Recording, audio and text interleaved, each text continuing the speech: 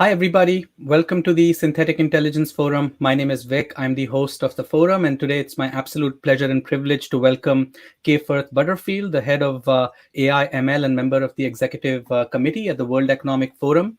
It's a real delight to have the ability to benefit from Kay's insights and just deep knowledge as a global thought leader and industry shaper when it comes to these topics of responsible AI, governance, stakeholders, stewardship. So really looking forward to a deep and a comprehensive conversation.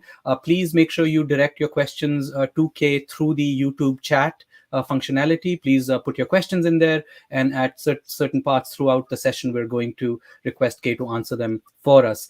Now, Kay, you have a very eclectic and a very differentiated professional background. So rather than reading out that, I would like to maybe open by asking you the question. Please tell us a little bit about your professional journey, how you became involved with responsible AI, and how you became also involved with the World Economic Forum, and why. Yes, certainly. Well, thank you very much, Vic, and it's a total privilege to be with you today. I'm looking forward to some of the questions from the people who are listening and watching as well. So how did I start my career? I actually started my career as a lawyer. I'm a wig and gown barrister from England, as you can probably tell from the accent. And I continued my career at the bar until I was thinking about becoming a judge. And being a judge simply didn't really suit my personality. And so then, sort of at what's the pinnacle of your career, I needed to think about doing something else. So I was fortunate enough to be invited to be a professor here in the United States. And we moved from the UK to the United States. And have been here ever since, which has been joyous. But during my time as a professor, I was doing a lot of research around human rights, which had been my career at the bar, and artificial intelligence and law, which of course was also my career at the bar, and also thinking about international relations and artificial intelligence. And this was back in 2010, 2012. And then, and this is a lesson for everybody, always speak to people you meet on a plane. I met the CEO of an AI company on a plane from London to Austin. It's a 10-hour trip. It's the longest interview anybody would ever have for a job. But as we got off the plane, he said, "Would you be our chief AI ethics officer?" Well, he didn't actually say that because we had to come up with a name, because there had been no position that either of us knew about that addressed this. So I did that for a while. I then co-founded with some wonderful people, AI Austin, which is now the Responsible AI Institute, and made my way to the forum to be head of AI, but viz. Head of AI governance in 2017. And all those things that I was thinking about when I was a professor and researching around AI governance, around responsible AI, around AI and geopolitics, around AI and human rights. They're all the things that I now think about on a daily basis. That's amazing, Kay. Thank you for that. Thank you for that context. You mentioned the World Economic Forum. All of us are familiar with just how prominent the forum is in terms of its thought leadership, bringing together sort of as the locus of community when it comes to global issues that the world needs to tackle as one, organizations, corporations, as well as governments. So tell us a little bit about what the World Economic Forum does on responsible AI, and also why it does what it does. Yeah, sure. And we don't just talk about responsible AI. We also talk about how business can wisely use AI, and also how AI can be used to address some of the big problems that we have for humans and the planet. So we think about AI for good as well. And I also think about AI and young people. So we have a work stream thinking about responsible use of AI by and for children. And we also think about the fact that certainly, I expect to be cared for by some form of AI, possibly enabled within a robot. And so we think about whether there's anything about the way that older people should be cared for by robotics that have any AI in them. So we really think about the whole panoply of the way that AI is going to be used in business and in society as well. And what we're doing is we're creating with partners governance. So that might be, if you're a company, how do you think wisely about using AI in, for example, human resources? And if you're a government, it might be equally, how do you use AI wisely in human resources? Or it may be, how do you create policy around AI that allows us to mitigate the negativities, but really create the benefits for citizens of your country? That's great, Kay. So you mentioned that your work brings you in connection with various organizations, corporations, but also with governments. Can you tell us a little bit about what that looks like, and also whether there's something worth talking about with the difference in which you deal with governments versus with corporations? Sure. So the work that we've really done with governments, let me give you a very early example of some work that we did. The very first piece of work that we did when I joined the forum and started leading this completely new team, there was nobody at the beginning other than myself on the AI team. And so I had to think about ways of moving the governance needle. And one way that we thought about with the government of the UK was that you could actually encourage responsible design of AI by having a government specify what they wanted in terms of responsibility when they were procuring artificial intelligence. And so we started this work on procurement. We set out the big high-level principles, and then we wrote a workbook that really helped those who are in the job of procuring artificial intelligence for government to do so in accordance to those high-level principles. And what's been really interesting about that is that has been adopted around the world. And so we're currently, for example, working with Brazil and Japan on adoption of that particular piece of work. And we're seeing it in other places around the world as well. So that takes me back to, what do we do at the forum? Although we might work with one country or one company, the idea is not to be a consultant. We aren't consultants. The idea is to create something that the world, we scale globally. So we're very privileged because we are excellent conveners. And so for that project that I said we did with the UK, we didn't just do it with the UK, we did it with business, academics, and nonprofits, all of whom were experts in this field. You asked me what's the difference between what we do with countries and what we do with companies. Well, a good example of what we do with companies is a piece of work that we've been doing for the last 2 years now called Responsible Use of Technology. And with that, what we're doing is we're trying to source good ideas about responsible use, particularly of AI, that can give other companies who are newer to using AI or maybe don't have the resources to build their own structures, some tools. So we've already had Microsoft share everything that they do around artificial intelligence and how they think about responsible use of AI. Likewise, we've had IBM do that. And it's a rigorous journey for these companies because we have, again, that core team of multi-stakeholders who ask questions about things and make sure that what is produced at the end is a useful tool rather than advertising for the particular company. Very interesting. Thank you, Kay, for that distinction.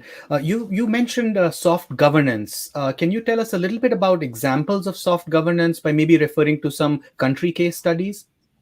Yeah, sure. So I think the first one is going back to that procurement toolkit. You know, instead of choosing to legislate, what they said is we will use the power of money that we, the government, are prepared to invest in AI to actually create a governance structure. So they, by setting out what they believed they wanted from a responsible AI system, by empowering the civil servants to understand how to navigate that, and using the power of their purchasing power, they were able to create essentially quasi-law. So soft governance as opposed to going for the hard regulatory approach. Very interesting. Thank you, Kay. So, the nice thing about the World Economic Forum is you kind of have a vantage point. You look at sort of the large ecosystem view, the network of networks view. And there's a lot of organizations, you've mentioned a few already, Kay, government and non-government, that are working on AI, responsible AI for good. What should we know about some of these organizations and the groundbreaking work that they're doing in this area? Sure. So I think if you're a business, what you should know is that if you haven't thought about responsible AI, you really need to think about responsible AI, because this is going to hit you somewhere. So it might be, if you're an early stage business, that your VC company says to you, well, what are you doing about responsible AI? It might be, if you're further down the road, that your investors say, okay, so what are you doing about responsible AI? It might be, if you're ready to sell to a larger company, that larger company says, well, have you thought about responsible AI and how you're using it? It might be that if you are working with in Europe, you are going to find that there's legislation on this coming up this year.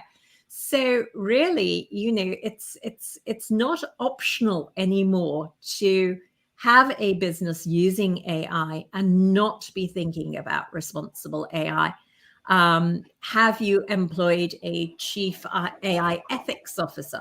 Or have you got a responsible AI team?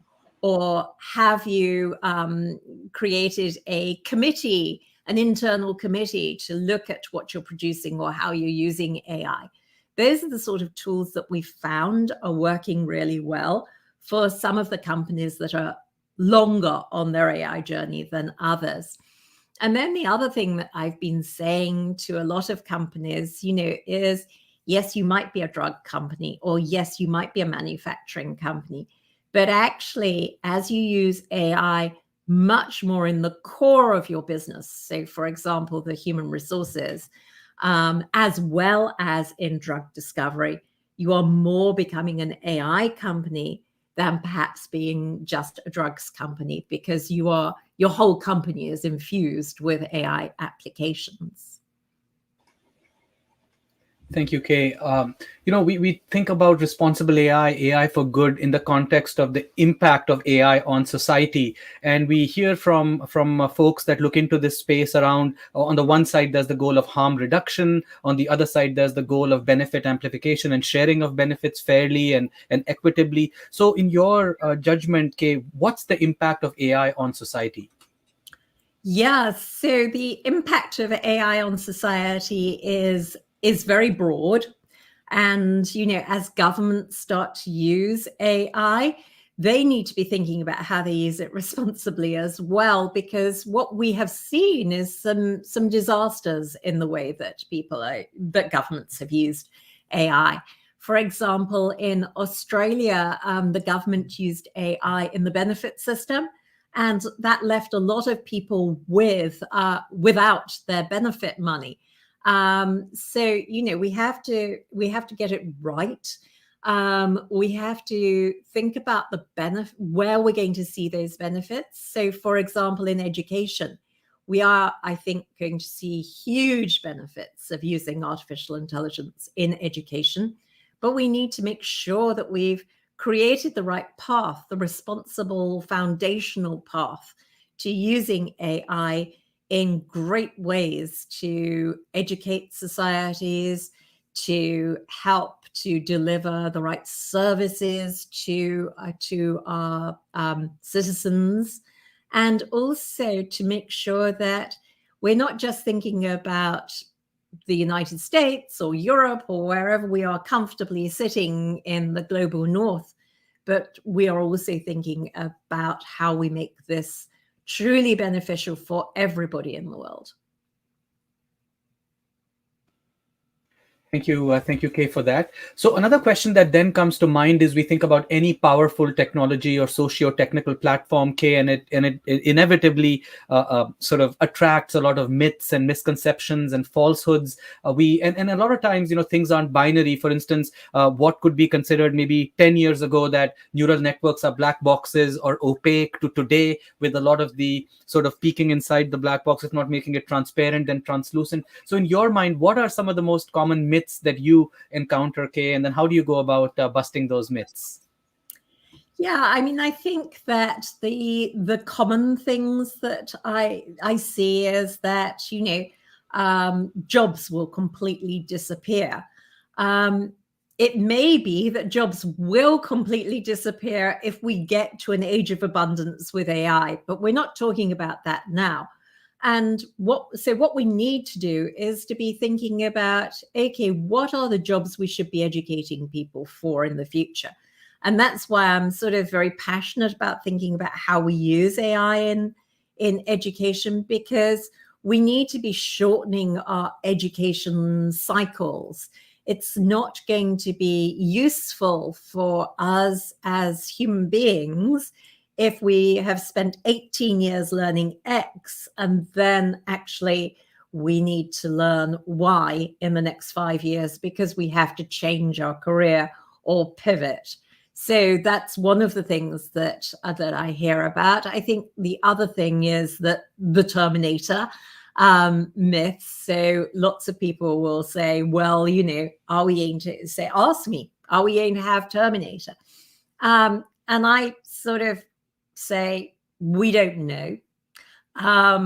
Probably not with the AI that we have at the moment, but there are academics thinking about this and thinking about how to switch off AI if we get the paperclip problem. But what we should be thinking about now is how we use beneficially the artificial intelligence that we have at the moment. Thank you, Kay. So we do actually have a question from the audience. I'd love to ask this question, which is, how should an external body evaluate how ethical principles have been adhered to when organizations are so protective over IP and proprietary data? Must we let organizations police themselves? Sure. So that's a really great question, because, of course, it's the one question that we think about all the time. And I would say that actually it's a combination of things. So first of all, IP. When you are a company or a government buying artificial intelligence, you mustn't be put off by the IP argument. You are really going to need to have to hold the feet to the fire of anybody that you're buying from. You're going to have to ask them about their responsible AI practices. If they haven't got any responsible AI practices in force, well, maybe that's somebody you don't want to buy from. So the IP argument, you can get around the IP argument by asking the right questions and ensuring that there is responsible AI embedded within that company, and embedded within their thinking, and not just something that they're going to roll out because you asked about it. So you have to ask some really detailed questions about this. Ethics boards, We find that there are ethics boards being set up in many of the big AI companies.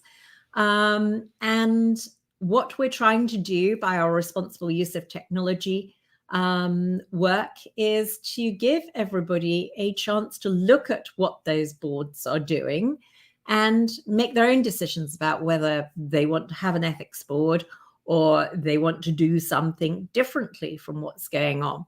But what we know works really well when you're thinking about organizing your company to be a responsible AI company is to not only be thinking about product, but also to be thinking about education and training of all of your workforce so that they understand what you're doing with artificial intelligence and are prepared to ask questions. But also you need organizational change. As I said earlier, you need to accept that you're becoming an AI company and you have responsibilities as an AI company. You're not just a drug discovery company anymore, for example. Thank you, Kay. That's a great clarification. So a question that then comes up is, Kay, we hear about AI in terms of use cases now, and we talk about AI to help nations achieve their sustainable development goals, or the AI applied to solving sustainability problems, climate change problems. So from your perspective, how can AI help save the planet? Okay, so I think that we first I want to be hesitant about this because AI can't save the planet. We humans have to save the planet, but we may be able to use this tool in order to help us do that. The one thing that I'm really conscious about is making sure that nobody thinks that this is some sort of magic wand.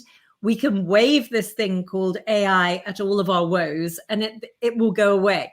Because if we do that, we are in danger of not addressing our woes at source and just thinking that we can throw AI at it and it'll be okay. So we have to work ourselves on these problems and we have to use AI as the powerful tool that it can be. And one thing one example I wanted to bring is that we're just starting some work. And if any of the people listening to me are working in this area, I'd love to talk to them on how you use AI to predict where wildfires will start and to ensure that you get the right equipment in the right place when there is a wildfire. So that's AI addressing climate change, but it's in a very specific area. We can't just say, oh, well, AI is going to fix this problem for us.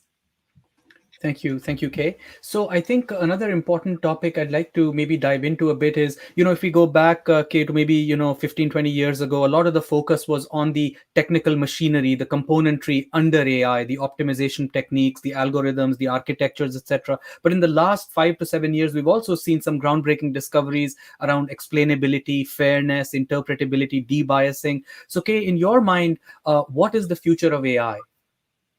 Yes. So I think the future of AI should be responsible AI. So the future should be that any application of AI that we use or develop is developed off the responsible AI foundations that we now know that either we can design for or where there have been breakthroughs such as you've spoken about.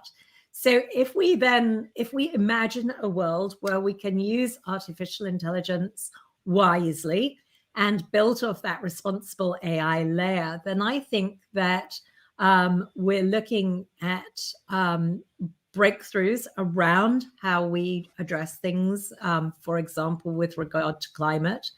Breakthroughs about how we think about addressing some of the sustainability goals. So, one of the things that always surprises and dismays me so much is that one woman dies in the act of giving birth every 2 minutes. And, that should be totally unacceptable. Everybody should be up in arms about this, but nobody is. And so, can we think of ways in which we address some of these problems that should have been solved years ago with artificial intelligence? And I very much hope that although we'll see AI used more and more in business, I hope that we can begin to think about some of these big challenges as we develop more and more responsible and useful AI. Thank you, Kay. That's some great food for thought. Like, I think, one of the topics I'd like to also raise, Kay, is there's actually a good question here from the audience I'd like to share, which is that from a public acceptance perspective, from a social license and legitimacy perspective, as folks now come to realize that, look, with AI, we're talking about probabilistic machines as opposed to deterministic rules-based ways of going from inputs to outputs. So in your judgment, Kay, what are some strategies that policymakers can sort of use to persuade and to convince the public that, look, here's basically how the shift happens in a responsible way? This is such a fantastic question, because it's one of the things I think about all the time. How do we help the public not only understand what AI is today and what AI might become, but also how it benefits them and how we can reassure people? There was a recent study done by the EU that showed that 87% of Europeans and 78% of the public in the US not only don't trust AI, but want to see some sort of regulation about it. And that means that we're not doing a good enough job having a conversation with the general public, explaining what we've got and explaining where we might go, and also getting people to join us on that road of discovery and think about where they would want to go. So, it should be something that we're doing together. So when I think about how we can do that, first of all, I think we do need to up the education of our regulators, our legislators. We don't see that level, the right level of education about AI, or the right level of understanding about AI. And until we've got our politicians at that level of understanding, it's really difficult to bring the general public to that level of understanding. So I think that's one thing we need to do. The second thing we need to do is to invite people on that thought journey. So one of the things that we've been doing is thinking about what we want the world to look like, and what policies we might have to put in place now in order to get to the world that we want to look like. We want it to look like. So we did that with business, with government, with academics, with sci-fi writers, with economists, to really sort of help us think through what are our visions of the future? What do we as human beings want? And the next level of that is to create some short films that we hope that we can engage with the public through those short films on, are we right? Is this what we want the future to look like? And to make those positive futures, not the dystopian futures that we tend to see on our TV or in the films all the time, so that we can actually think about what we need to do now in terms of policy to arrive at this end goal. Okay, thank you, Kay. That's great. There's another very nice question that really resonates with me as well. I'd like to share it with you, Kay. So when it comes to responsible AI, as distinct from just AI in general in an organizational context, what's your thoughts on capability maturity models, so that organizations can sort of measure and scale themselves accordingly in terms of where they are on that journey to becoming a responsible AI organization? Yeah, absolutely. And I think this harks back to me saying, when the thing that we've found is most important for companies when they're thinking about responsible AI is to see this as a whole transition. where are you now? Where are you going? How are you using AI? If you are developing product, then you need these steps. If you're not developing product, then you need to think about procurement. And also, have you changed as an organization? So you're an AI organization. So yes, definitely using those models and really thinking through what stage are you at and where are you going.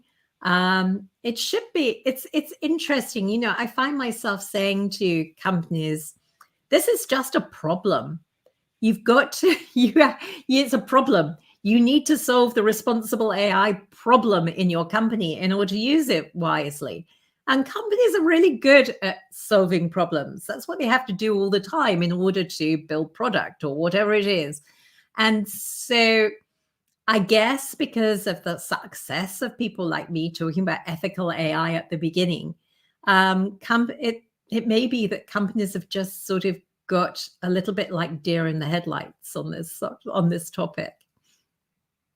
Thank you, Kay. So, you brought up an interesting point, because we often hear a lot of different phrases in the industry. We hear responsible AI, we hear beneficial AI, we hear AI for good. Can you tell us a little bit about what AI for good is, or even more broadly, are there overlaps and differences between these popular terms? Yes, so I think what happened was that we started with ethical AI. So, back in 2014, we were thinking about ethics. And that's why I was the world's first chief AI ethics officer. I thought long and hard about what else that title could be, because I didn't even at that stage really like the word ethics, because everybody sort of said, well, whose ethics are we talking about? And different countries and different places and different people have different ethical codes.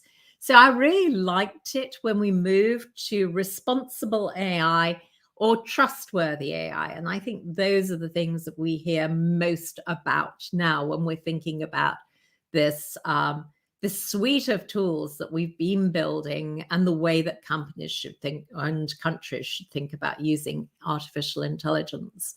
When we get to beneficial AI is how we use AI wisely for the betterment of us as people, us as customers, us as citizens. And, the opposite of beneficial is mitigating those risks. And one of the things that I think is most interesting is that you might know that there are over 190 different sets of ethical principles about AI now. And lots of them talk about different things, but one of the 10 things that appears in all of them is that AI should be used beneficially. So we obviously all can agree on some of these things wherever we are in the world.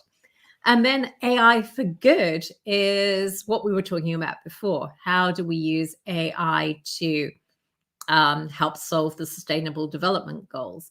How do we use AI to address some of the climate problems? So the wildfire example that I talked about earlier. Thank you, Kay.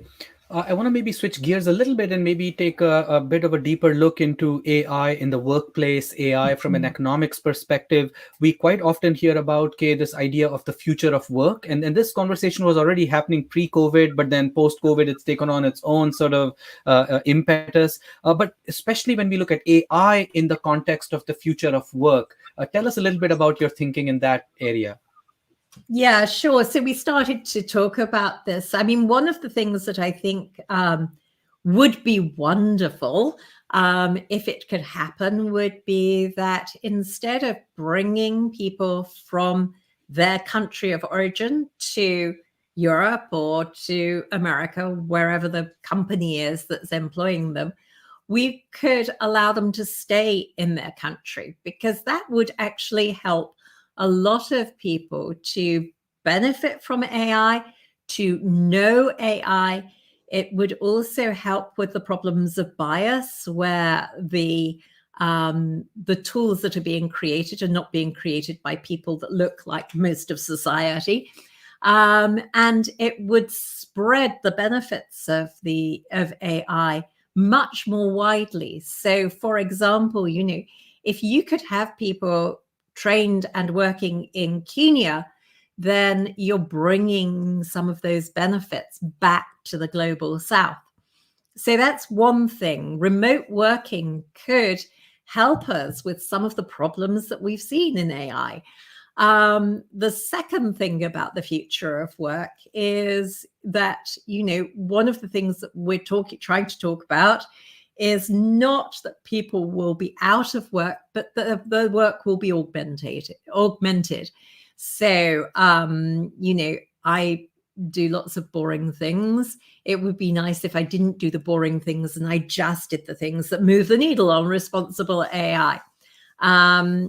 Safety in manufacturing, if you can bring AI into places in the workplace or robots using AI, where it's unsafe for humans, that's a huge benefit, and certainly something I foresee in the future of work.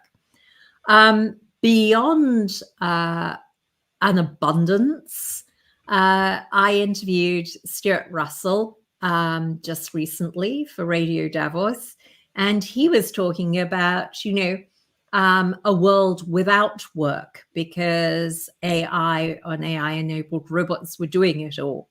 None of us know whether that's even possible or when it will come, if it does come. But that was what I was mentioning earlier about our need to think about using AI in education, because we as humans need to be agile and we need to be capable of thinking about what is the next piece of work that what is it we do next with our life. Thank you, Kay. There's a very nice question that's come in now, which I think is also really touches on the practical aspect of responsible AI or AI for good. So, executives in firms, Kay, might have a certain viewpoint on this, but data scientists, data engineers, and particularly because of the fact that the management layer between the executives and the practitioners on the street, if you will, are they really measuring them in ways that are more technical, and in the sense that they don't necessarily get credit for bringing those responsible AI practices to their work? So how would you advise leaders, Kay, at all levels of the organization to reconcile sort of this chasm that might exist? Yeah, and I think it's a real disconnect. So let me give you a little story. Back in 2019, we were producing something called the board level toolkit on AI, for the board to know something about AI, so that they could fulfill their oversight duties. Well, we always pilot our work, so we create something and then we pilot it to see whether we've got it right. So we went off to see one particular board, which was a multinational board, and we started talking about AI and the board's responsibilities. And after about 10 minutes, they all looked at one another and then they said, well, do we have any AI? Do we use any AI in this company? And, I knew that they did, but they didn't. So yes, there is this big disconnect. I think it's getting smaller because there are more people having these conversations. Certainly smaller in Europe because of the European move to regulate.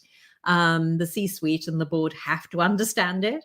But we certainly just last week, actually, created a C-suite toolkit. So helping each member of the C-suite see that responsible AI and how you think about organizational change, which I've said before, but I'll keep saying, is important. It's something that you can't just leave to the chief AI officer or the chief technology officer. Everybody has a part to play in that. And everybody will be using AI. So the chief human resources officer, using AI? Probably. So everybody has to be thinking about that, and everybody has to see how it's being used and developed within their organizations. And so what I'm hoping is that we are truly moving to a management that is more understanding of what's going on in the AI space. Thank you, Kay. There's a related question that also came in, which is, when we think about these international networks of firms, Kay, and certainly at the World Economic Forum, you have sort of visibility into many such massive networks of firms. How would you advise, not necessarily within the firm hierarchy or structure, but when you look at the value constellation, you have firms which may be very sort of progressive when it comes to responsible AI, and in their network they might have suppliers or partners who are not as much. So what advice would you give, Kay, to leaders in such organizations to really have those types of changes permeate through the entire value constellation? Yeah, well, it is something that leaders of organizations have to take a stand on. So, a good example is Mark Benioff at Salesforce. He created their responsible use of technology department because he found that his technology was being used in a way that he didn't want it to be used. So, the activist CEO in this particular area is important. But also, really making sure that everybody in your organization understands this thing called responsible AI. And so when you are looking at who is supplying you, you not only can look at whether they also have the right government structures in place, but also if they're the only people that you can buy from, then you can begin to push that down through that supply chain. One of the things I do think about is, well, two things that we could take lessons from. One is the blood diamond concept, where you can see the whole value chain. And the other is something called the Modern Slavery Act in the UK, where they require companies to set out in a report and on the front cover of their website what they have done that year to track down modern slavery in their supply chains. It's a carrot rather than a stick, but it certainly has changed the way organizations think. Thank you, Kay. So a question that I'd like to then now pivot to next is, it's really a two-part question. I'll ask them separately though. So when we think about AI as a technological innovation, some might say technological revolution, what's your sort of prospects? Is this something that's going to really continue to grow and sort of mature as we've seen lately? Or do you think that contrarian voices might then crowd out and essentially put some brakes on the rate of innovation of AI? I don't see any brakes on the rate of innovation in AI at the moment. The only break I see is actually what the Europeans are going to be doing. And the way that they have structured the regulation, talking about the levels of risk, I actually don't see as much of a break on innovation. You could still continue to create high risk cases, but you've got to do it properly. And maybe you shouldn't be looking at creating high level risks, but actually there are very few of those. So I think that we're going to continue to see innovation and lots of innovation in this space. And I firmly believe it's a power for good. We just have to use it wisely. Thank you, Kay. There's a question that came up on risks. So it's very timely that you brought up that subject. So organizations of all kinds have these enterprise risk management frameworks. Is it time now that you're seeing, Kay, organizations actually including in their enterprise risk management plans AI risks? And can you tell us a little bit about these types of risks and some mitigations? Yeah, sure. So we have a project ongoing at the moment where we are saying that we should be adding the AI risk to ESG. So we should be creating metrics and frameworks that we can measure against. And we are literally at the beginning of this, but we've certainly been hearing from our investor community and some of the VC community that this is something that they really want to think about. So my short answer is yes, and my longer answer is we're trying to work on it. Okay, that's great. So, Kay, in terms of then, you mentioned Salesforce, you mentioned a few other organizations that are investing significantly, not only in their own enterprise, but in these sort of collective efforts to bring responsible AI to the forefront. But if we go back to this topic of challenges, though, what are some of the challenges that you anticipate for AI in the present and also in the future? Yes, so I think the challenges are at the moment lack of understanding. Mm-hmm. So actually, when we are thinking, when you ask me about innovation, I think there'll be continued innovation, but there is a lack of understanding by people and by politicians about what's going on. And I think that will eventually cause some brakes to be put on. So I think that, and I'm afraid that I lost your question. I'm sorry. Just about challenges. So, in terms of challenges today and challenges tomorrow, how do you see them, and then how do you advise leaders to prepare for them and address them? Yeah, so I think that the challenges are, as I say, the fact that people don't understand it and our politicians don't understand it. So actually business has to take the lead in the same way as they have done around some of the climate stuff. If you think about the First Movers Coalition with John Kerry and the Forum and all the CEOs that have signed up to that, that's the way that we have to work as a business community on AI. Because I think if we don't show leadership in this area, then we might well find some major challenges to the way that we use AI and the way that AI could be used for the benefit of everybody, because we have this mass lack of understanding amongst our politicians and the general public. It's very interesting, Kay. And I go back to the comment you had made about AI to be included in ESG frameworks. I mean, that's fascinating because we've heard the conversation that use AI as a way to advance ESG calculations, as a way to do the measurement, do the assessments. But you're actually sort of at a meta level saying that, well, it will also be great to have actually AI as an ESG component as well. That's fascinating. So, Kay, in terms of just continuing education in this topic, a lot of our community members, they stay up to date with what's happening in this field. What would be some key authoritative sources, trustworthy sources on this topic that you'd like to point us to so that we can continue to grow our knowledge base?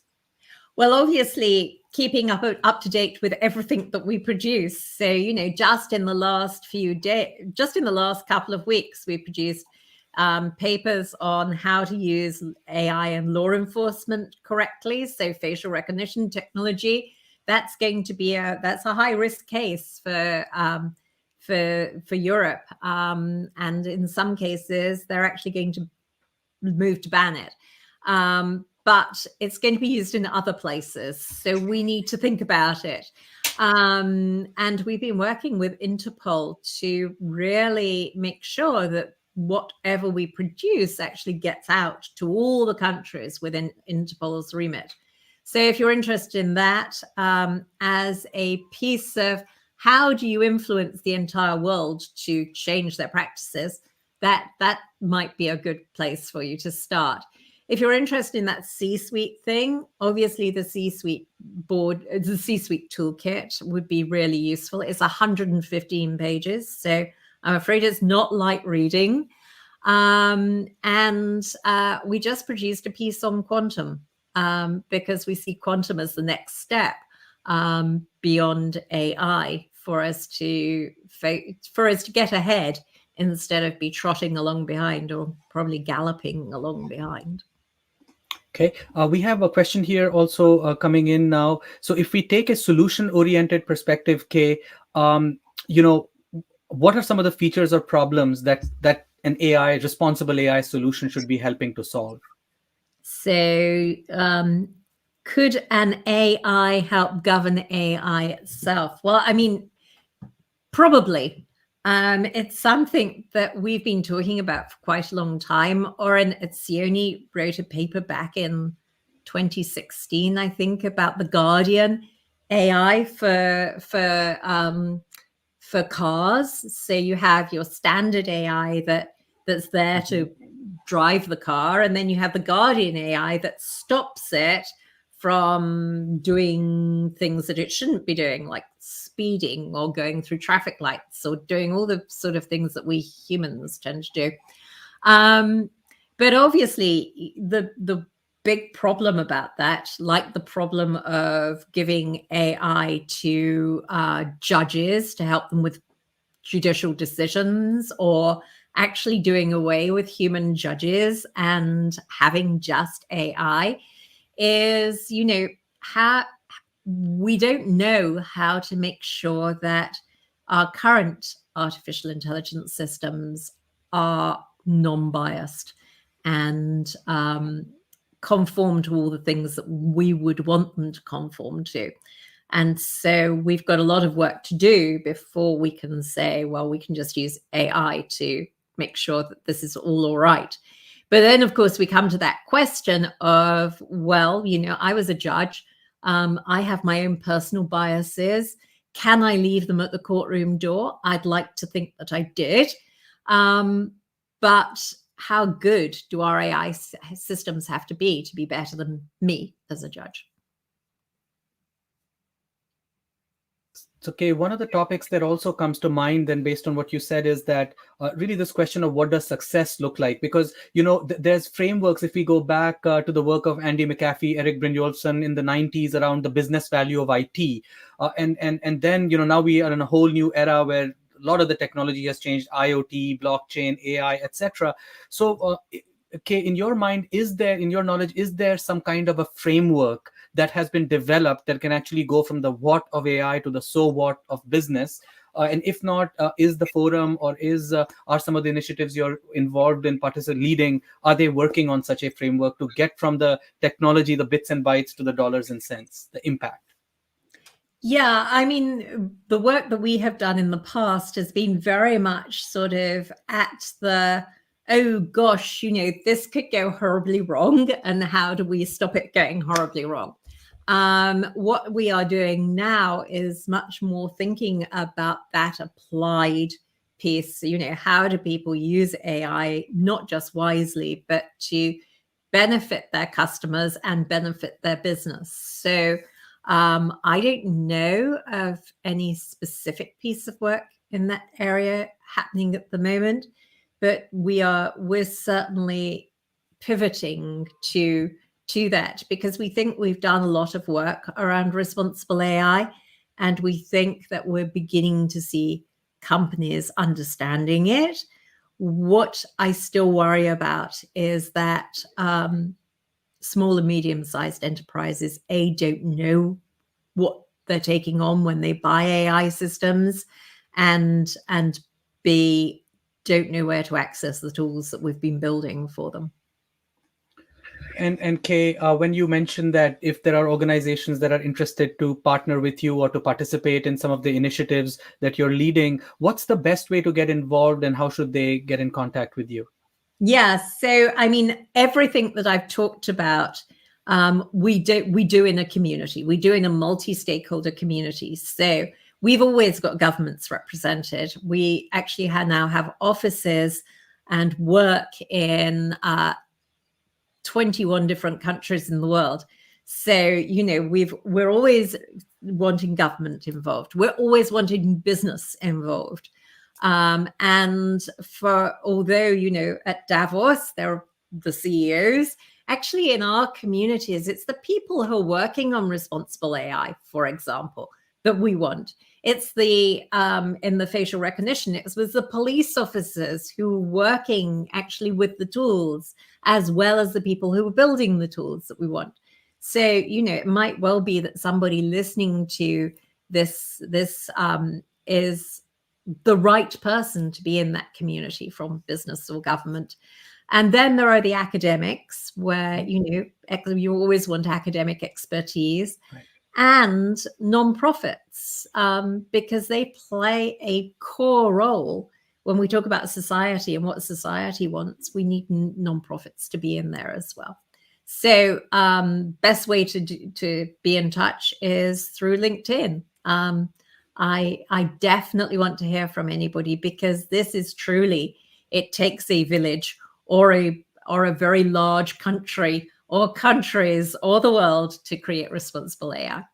Thank you, Kay. This was a very insightful and thoughtful and thought-provoking conversation with you. It's been a real honor and a privilege to have had this interaction. And I'd love to welcome you back into the forum in a couple of months so you can share an updated view of the landscape. It's changing so quickly, Kay. But on behalf of our membership, our community members, really a very heartfelt, sincere thank you for joining us, and hope to see you again soon. Thank you. It's been a total pleasure. Thank you. Thank you, Kay. Bye-bye. Bye-bye.